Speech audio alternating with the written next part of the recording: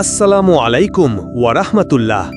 আমাদের এক নজরে কোরআন সিরিজে আপনাকে স্বাগতম। আজ আমরা কোরআনের অন্যতম সুন্দর এবং হৃদয়স্পর্শী একটি সূরা মারিয়াম নিয়ে আলোচনা করব।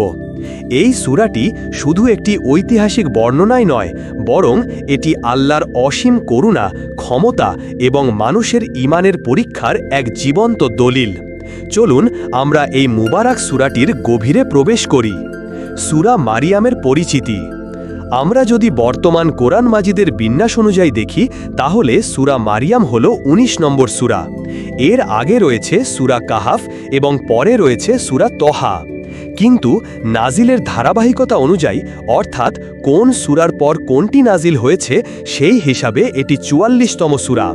এটি সূরা ফাতিরের পরে এবং সূরা তহার আগে নাজিল হয়েছিল। সূরা মারিয়ামের নামের রহস্য। প্রত্যেক সূরার নামের পেছনেই একটি বিশেষ কারণ থাকে। এই সূরার নাম মারিয়াম কেন? কারণ এই সূরাটিতে হযরত ঈসা আলাইহিস সালাম এবং তার সম্মানিত মা মারিয়াম আলাইহাস সালামের ব্যাপারে বিস্তারিত আলোচনা করা হয়েছে। সে সময় ইহুদি ও খ্রিস্টানরা এই দুজনের ব্যাপারে চরম বাড়াবাড়িতে লিপ্ত ছিল। একদিকে ইহুদিরা তাদের ব্যাপারে অত্যন্ত বাজে ও আপত্তিকর কথা বলতো, আর অন্যদিকে খ্রিস্টানরা তাদের ওপর ইলাহ বা ঐশ্বরিক মর্যাদা আরোপ করেছিল। এই সূরাটি সেই চরমপন্থাগুলোর অবসান ঘটিয়ে হযরত মারিয়াম ও ঈসা আলাইহিমুস সালামের প্রকৃত পরিচয়, সম্মান এবং মর্যাদা অত্যন্ত সুন্দরভাবে তুলে ধরেছে। আর সেখান থেকেই এই সূরার নাম হয়েছে মারিয়াম। এই সূরার প্রধান বিষয়বস্তু, দ্য মেজর থিমগুলোকে আমরা তিনটি ভাগে ভাগ করতে পারি। ১. হযরত জাকারিয়া এবং ইয়াহিয়া আলাইহিমুস সালামের দোয়া কবুলের অলৌকিক গল্প। ২. হযরত মারিয়াম আলাইহাস সালাম এর কঠিন পরীক্ষা এবং হযরত ঈসা আলাইহিস সালামের বিস্ময়কর জন্ম ও তার মুজিজা। এবং ৩. কাফিরদের লাগাতার সন্দেহ, অবিশ্বাস এবং অহংকারের পরিণতির বিষয়ে সতর্কবাণী। সূরা মারিয়ামের শানে নুজুল বা নাজিলের প্রেক্ষাপট। এই সূরাটি কখন এবং কেন নাজিল হয়েছিল তা বোঝা অত্যন্ত জরুরি। এর প্রেক্ষাপট বুঝতে হলে আমাদের ফিরে যেতে হবে মক্কার সেই কঠিন সময়ে, যখন কুরাইশদের অত্যাচার মুসলিমদের ওপর চরমে পৌঁছেছিল। নির্যাতন থেকে বাঁচতে আল্লাহর রাসূল সাল্লাল্লাহু আলাইহি ওয়াসাল্লাম কিছু মুসলিমকে হাবশায় হিজরত করার অনুমতি দেন। সেখানকার বাদশাহ নাজাশী ছিলেন একজন ন্যায়পরায়ণ খ্রিস্টান। মুসলিমরা সেখানে আশ্রয় নিলে কুরাইশদের দুজন নেতা তাদেরকে ফিরিয়ে আনতে হাবশায় পৌঁছায় এবং বাদশাহর কাছে মুসলিমদের বিরুদ্ধে অভিযোগ করে। তারা বলে, এই মুসলিমরা ঈসা আলাইহিস সালামকে নিয়ে বদ ধারণা পোষণ করে। বাদশাহ তখন মুসলিমদের ডেকে পাঠান এবং তাদের নেতা হযরত জাফর রাদিয়াল্লাহু আনহুকে ঈসা আলাইহিস সালাম সম্পর্কে জিজ্ঞাসা করেন। হযরত জাফর রাদিয়াল্লাহু আনহু তখন কুরাইশদের অভিযোগ খণ্ডন করতে এই সূরা মারিয়ামের প্রাথমিক আয়াতগুলো তিলাওয়াত করেন। সূরা মারিয়ামের সেই আয়াতগুলো শুনে বাদশাহ নাজাশী এতটাই প্রভাবিত হন যে তার চোখ দিয়ে অশ্রু গড়িয়ে পড়ে। তিনি বুঝতে পারেন এই বাণী এবং ঈসা আলাইহিস সালামের কাছে আসা বাণী একই উৎস থেকে এসেছে। তিনি মুসলিমদের নিরাপত্তা দেন এবং কুরাইশদের ফিরিয়ে দেন।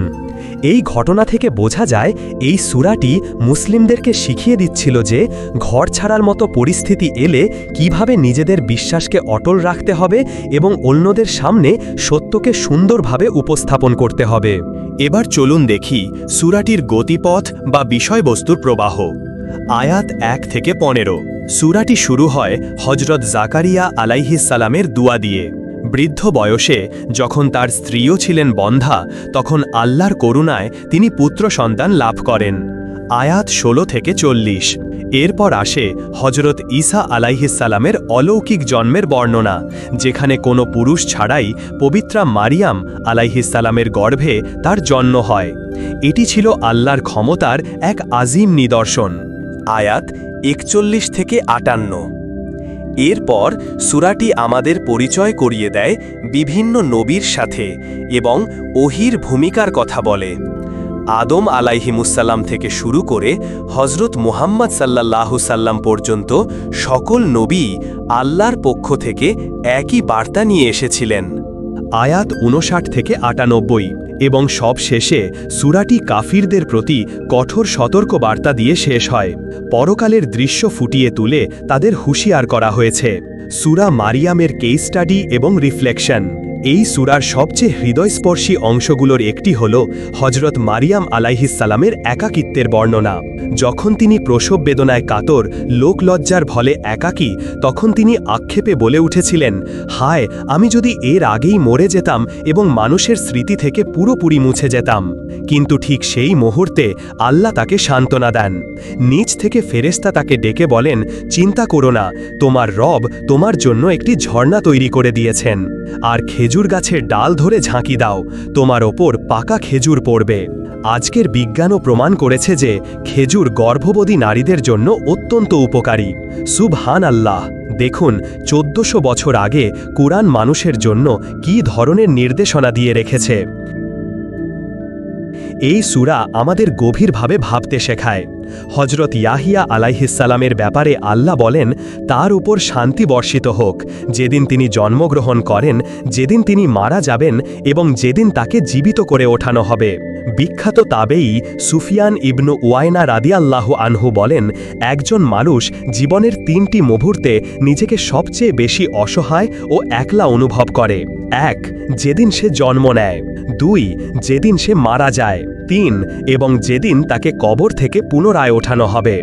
আল্লাহ তাআলা তার প্রিয় নবী ইয়াহিয়া আলাইহিসসালামকে এই 3টি কঠিন মুহূর্তেই নিরাপত্তা ও শান্তির সুসংবাদ দিয়েছেন। একটু ভাবুন তো, আমাদের জীবনের সেই মুহূর্তগুলো কেমন হবে? এই সূরা আমাদের সেই মুহূর্তগুলোর জন্য প্রস্তুতি নিতে বলে। যদি আমরা নিজেদের বদলে ফেলার চেষ্টা করি, তবে ইনশাআল্লাহ আমাদের জন্য আল্লাহর পক্ষ থেকে শান্তির ঘোষণা থাকবে। সূরা মারিয়ামের ফজিলত। সাহাবী আব্দুল্লাহ ইবনু মাসুদ রাদিয়াল্লাহু আনহু এই সূরাটিকে কতটা ভালোবাসতেন তার এই উক্তি থেকে বোঝা যায়। তিনি বলেছেন, সূরা বনি ইসরায়েল, কাফ, মারিয়াম ও তহা প্রথম দিকে নাজিল হওয়া উত্তম সূরাগুলোর অন্যতম। এগুলো আমার পুরনো রক্ষিত সম্পদ। বুখারী 4708। সুতরাং সূরা মারিয়াম হল আশা, ধৈর্য এবং আল্লাহর প্রতি বিশ্বাসের এক মহাসাগর। এটি আমাদের শেখায় যে পরিস্থিতি যতই কঠিন হোক না কেন, আল্লাহর করুণা থেকে কখনো নিরাশ হতে নেই। তিনি কুন ফায়াকুন, হও আর তা হয়ে যায়ের মালিক। আজ এ পর্যন্তই।